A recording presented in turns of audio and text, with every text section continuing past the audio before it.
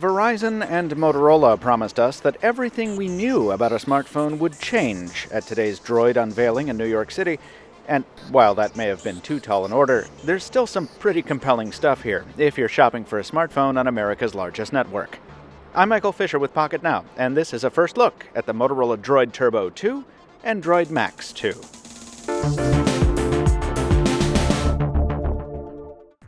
These phones look a lot alike, but don't let that fool you. Each serves a very different buyer segment. What they have in common, beyond a general aesthetic and the fact that both of our review units are white, is an Android OS, very large batteries, 21 megapixel cameras, and a whole lot of Verizon bloatware. The Droid Turbo 2 is very much the flagship offering here, besting the Maxx 2 in almost every metric. It packs a Snapdragon 810 processor alongside 3 gigs of DDR4 RAM, 32 and 64 gig storage options to go alongside microSD, and a 5.4-inch display at Quad HD resolution. That display introduces Motorola's new Shatter Shield technology, which Motorola and Verizon are calling Shatterproof.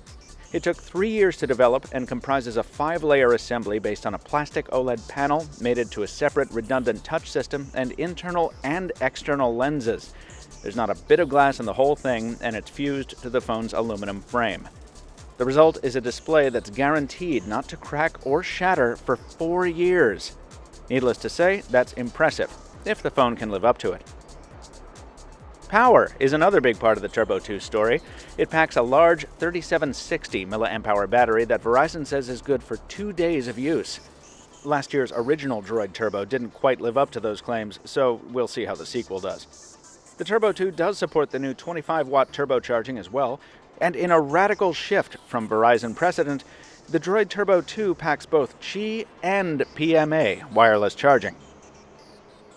Motorola has also brought MotoMaker to the Droid line for the first time with the Turbo 2, allowing you to choose between a revised ballistic nylon finish, pebbled Horween leather, or a reformulated soft grip coating, along with accent and faceplate colors and all the other custom elements we've grown used to.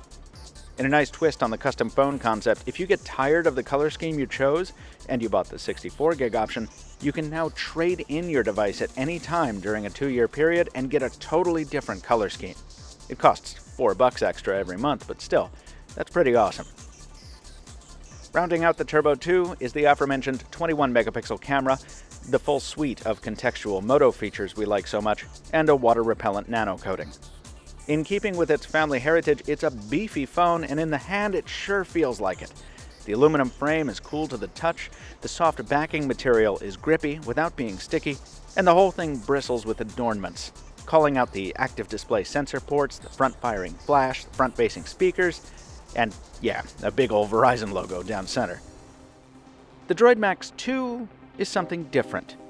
This is the mid-tier offering, and as we were expecting, it's essentially a rebranded Moto X Play for the US.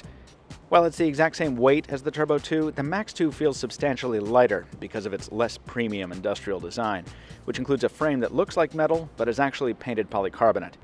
Instead of MotoMaker, you've got user-changeable silicone backs here, which will be sold separately by Verizon and Motorola, and which add to the device's slightly flimsy feel. It's got a rounder, less aggressive design language and more modest specs, including a Snapdragon 615 processor backed up by 2 gigs of RAM and 16 gigs of storage, microSD expansion, and a 5.5-inch Full HD display. That display is a more conventional design. It's protected by Gorilla Glass 3 instead of the Shatter Shield stuff, and the battery takes a slight step down to 3630 mAh as well. The turbocharging is still here, but it's 15 watt instead of 25 watt. The camera is the same 21 megapixel sensor, but because of the downrated processor, it can't do 4K.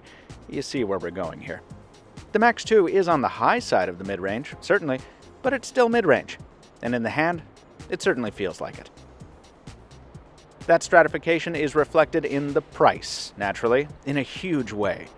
Where the Droid Turbo 2 starts at $624 off contract, the Droid Maxx 2 starts at just $384.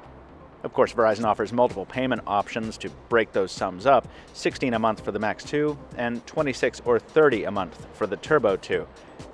Both phones go on sale this Thursday online at Motorola.com and Verizon's online and retail channels, and Verizon Wireless is offering up to $300 for phone trade-ins when you pick up one of these.